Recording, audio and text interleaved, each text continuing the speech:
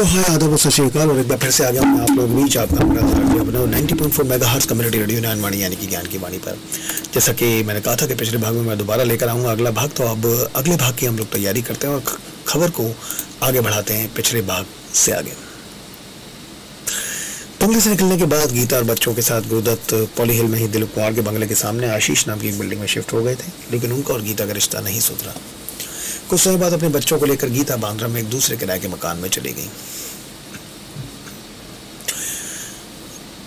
अपने भव्य बंगले की यादों को पीछे छोड़कर गुरुदत्त मुंबई की पेडर रोड पर आर्क रॉयल अपार्टमेंट में अकेले रहने लगे।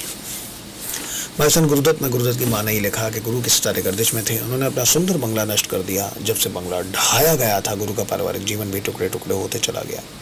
तकरीबन एक साल बाद 10 अक्टूबर की सुबह इसी फ्लैट में गुरुदत्त अपने कमरे में मृत पाए गए। उन दिनों को याद करते हुए ललिता लाजमी ने अफसोस के साथ मुझसे कहा था कि अगर खुशहाल घर बना होता तो उनके भाई का अंत इतनी जल्दी ना होता। गुरुदत्त अपनी फिल्मों से अमर हो गए, लेकिन बंगला नंबर 48 का अब नामो निशान तक नहीं है। गुरुदत्त ने कहा था, घर न होने की तकलीफ से घर होने की तकलीफ और भयंकर होती है। ये खबर थी आप लोगों के लिए गुरुदत्त की जीवनी जैसी उनकी याद में। बने रहिएगा हम लोगों के साथ 90.4 मेगाहर्ट्ज़ कम्युनिटी रेडियो ज्ञानवाणी पर। धन्यवाद। बातों के सिलसिले को आगे भी बढ़ाता हूँ और क्योंकि बात चल रही थी गुरुदत्त साहब की, तो प्यासा को भी लेकर आता हूँ।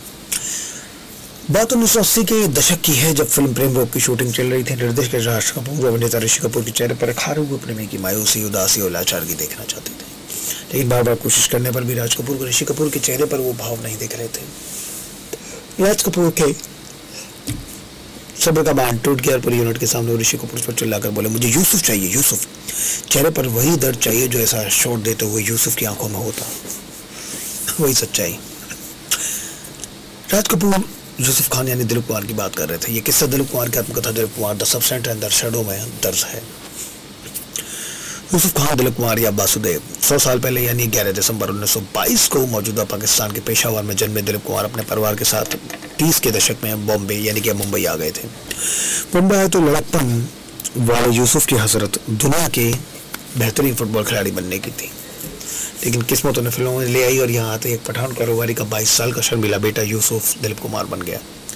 1970 में बीबीसी को दिए इंटरव्यू में दिलीप कुमार ने खुद पर ही चुटकी लेते हुए कहा था, पिटाई के डर से मैंने ये नाम रखा।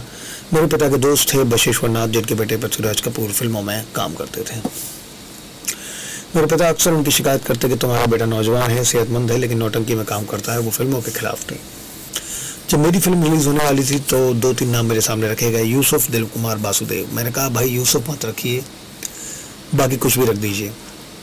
2-3 महीने बाद जब एक फिल्मी इश्तिहार में मैंने अपना नाम देखा तो मालूम हुआ मेरा नाम दिलीप कुमार है। कैसे मिला मौका? अपनी किताब में दिलीप कुमार ने उस दिन का पूरा ब्यौरा दिया है जब उन्हें पहला ऑफर मिला। 1942 की एक शाम नौकरी की तलाश में यूसुफ बॉम्बे के चर्चगेट स्टेशन से दादर जा रहे थे।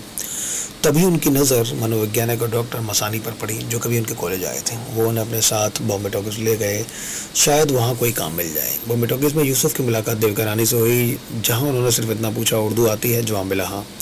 देविका रानी ने तपक से कहा, क्या तुम एक्टर बनोगे? 1250 रुपये मिलेंगे हर महीने। मुझे पढ़े लिखे युवा और खूबसूरत एक्टर की तलाश है। जब 1944 में आई फिल्म ज्वारभाटा में देविका रानी ने उन्हें पहला मौका दिया तो किसी ने नहीं सोचा हुआ कि ऐसा सितारा अपनी शुरुआत कर रहा है जिसे आने वाली पीढ़ियां सलाम करेंगी। कैसे की थी देवदास की तैयारी? दिलीप कुमार उस अदाकारी का चेहरा बने जो सहज और नेचुरल थी। लोग अक्सर कहते हैं कि अपने किरदार में खो जाने का फन कोई दिलीप कुमार से सीखे। 1955 में आई देवदास में एक सीन था जहाँ थका आ रहा और शराब के नशे में धुत देवदास आता है और दुखी चंद्रमुखी कहती है, और मत पियो देवदास। फिल्म के सेट पर बैजंती माला अपने डायलॉग के साथ तैयार थी, पर दिलीप कुमार कहीं नजर नहीं आ रहे थे। तब कैमरामैन ने बताया कि दिलीप साहब काफ़ी देर से लगातार सेट के चक्कर लगा रहे हैं। दिलीप कुमार ने कैमरामैन को तैयार रहने के लिए कहा था ताकि जब उनकी एंट्री हो तो वाकई थके हुए लगे और माथे पर पसीने और थकान की असल लकीरें हों। ये बातें बैजंती माला ने दिलीप कुमार की किताब में साझा की और लिखा है, सीन में दिलीप कुमार को इस तरह देखा तो बरबस मेरे मुंह से निकला कि और मत पियो देवदास। वो भाव मेरे चेहरे पर कभी नहीं आता अगर मेरे सामने दिलीप कुमार इस तरह लड़खड़ाते हुए नहीं खड़े होते। रोल के लिए सीखा सितार। मेथड एक्टिंग दिलीप कुमार की खूबी थी, लेकिन पर्दे पर वो बहुत सहज नजर आते थे। देवदास जैसी तकनीक उन्होंने फिल्म गंगा जमुना के उस मुश्किल सीन में अपनाई जहाँ गोली लग चुकी होती है और उन्हें लड़खड़ाते हुए गाँव के पुश्तैनी घर में ढेर होना होता है। 1960 में आई फिल्म कोहिनूर भी उनकी लगन की मिसाल है। फिल्म के गाने मधुबन में राधिका नाचे रे में दिलीप कुमार को सितार बजाना था, जो आसान नहीं था। इधर फिल्म की शूटिंग चलती रही, उधर दिलीप कुमार साहब उस्ताद अब्दुल हलीम जाफर खान से तालीम लेते रहे। गाने में जिस महारत से सितार पर दिलीप कुमार की उंगलियां चलती हैं वो उसी मेहनत का नतीजा था। ट्रेजेडी किंग से लेकर एंटी हीरो तक दिलीप कुमार ट्रेजेडी किंग के नाम से ज्यादा मशहूर हुए, लेकिन उनकी एक्टिंग रेंज गजब की थी। महबूब खान की 1954 में आई फिल्म अमर में एंटी हीरो का रोल उन्होंने बखूबी निभाया था। एक वकील जिसकी प्रेमिका है लेकिन वो अपने ही घर में काम करने वाली एक औरत का बलात्कार करता है। इसी तरह जिया सरहदी की फिल्म फुटपाथ में दिलीप कुमार ने ब्लैक मार्केटियर का रोल किया था। दोनों फिल्मों में नैतिक द्वंद्व में फंसे शख्स की कहानी है। उन्होंने आंखें और आवाज के उतार चढ़ाव के जरिए जो कि पेश की, और वही उनकी खूबी भी थी। कैमरे की ओर पीट करके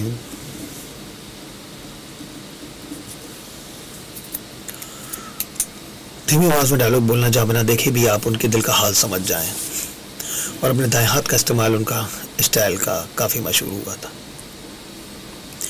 गायक और लेखक, ये बात कम ही लोग जानते कि दिलीप साहब गाते भी थे। बीबीसी को 1970 में दिए इंटरव्यू में उन्होंने अपनी खूबसूरत गजल सुनाई थी। 1957 में आई फिल्म मुसाफिर में लता मंगेशकर के साथ उन्होंने गाना भी गाया। उर्दू समेत कई जबानों पर उनकी पकड़, सधा हुआ अभिनय, सेट, स्क्रिप्ट, निर्देशन से लेकर मेकअप तक पर दिलीप कुमार की महारत पर्दे पर उनके काम में साफ झलकती थी। दिलीप कुमार की गंगा जमुना और मुगले आजम लगभग एक साथ शूट हो रही थी। एक रोल उर्दू बोलने वाले कोमल शाही राजकुमार तो दूसरा भोजपुरी बोलने वाला गांव का डकैत।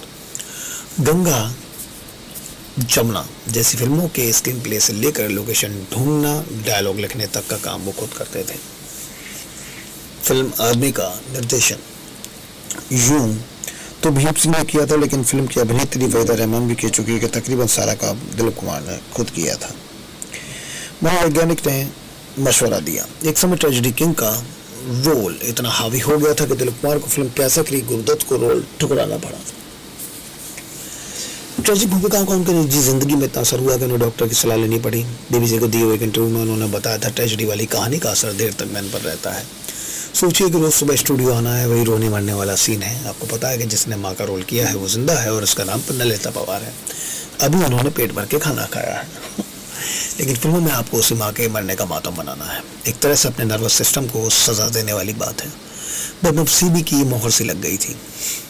मैंने ब्रिटेन जाकर ड्रामा से जुड़े लोगों से बात की, मनोवैज्ञानिक से मशवरा लिया। उन्होंने कहा कि कॉमेडी एक्शन की फिल्म करिए। तब मैंने आज़ाद, कोहिनूर, राम और श्याम जैसी फिल्में की। इश्क की दास्तान 1966 में दिलीप कुमार ने सायरा बानो से शादी की। उनकी प्रेम कहानी काफी ही दिलचस्प है।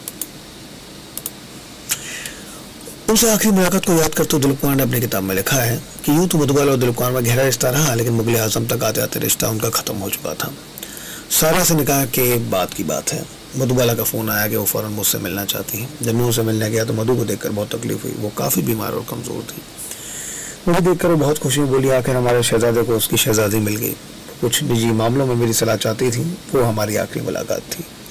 23 फरवरी 1969 को मधु की मौत हो गई। हालांकि उनकी निजी जिंदगी में उस समय खलबली मच गई थी जब 1982 में दिलीप कुमार ने असमा रहमान नाम की एक महिला से शादी कर ली, जिसका उन्होंने बाद में अफसोस भी जताया। 1976 में सायरा बानो के साथ आई फिल्म बैराग के वक्त वो 54 साल के हो चुके थे। अगले कई कुछ सालों तक उन्होंने फिल्मों से दूरी बनाए रखी। उनकी दूसरी पारी 1981 में आई क्रांति और 1982 में आई विधाता से शुरू हुई, जिसके बाद कर्मा, मशाल, शक्ति और सौदागर जैसी फिल्मों में उन्होंने बेहतरीन अभिनय किया। मुझे फिल्म मशाल का वो सीन हमेशा याद रहता है कि जहां एक पत्रकार दिलीप कुमार तेज बारिश में सुनसान सड़क पर आती आती गाड़ियों को रोकने की कोशिश करता है ताकि दर्द से तड़पती अपनी पत्नी को अस्पताल ले जा सके। उनकी आवाज़ सीन खत्म होने के बाद देर तक गानों में गूंजती रहती है। 1991 में आई सौदागर के समय दिलीप कुमार 69 साल के थे। दोस्ती और दुश्मनी के जज्बे के बीच झूलते वीर सिंह के रोल में उनकी अदायगी की खनक और ठसक बिल्कुल बरकरार थी। साथ ही लोगों को 30 साल बाद दिलीप कुमार और राजकुमार को एक साथ देखने का मौका मिला। 1998 में उन्होंने रेखा के साथ डबल रोल किया। यह फिल्म दिलीप कुमार की सल्तनत का आखिरी किला साबित हुई। दिलीप कुमार, राज कपूर, अशोक कुमार, महबूब खान, बिमल रॉय, देवानंद, प्राण, यश चोपड़ा जैसे दिग्गजों के बेहद करीब थे। दिलीप कुमार जिंदगी के आखिरी लम्हों में अक्सर अपने दोस्तों को याद किया करते थे। दिलीप राज देव की तिकड़ी एक समय हिंदी सिनेमा की जान हुआ करती थी।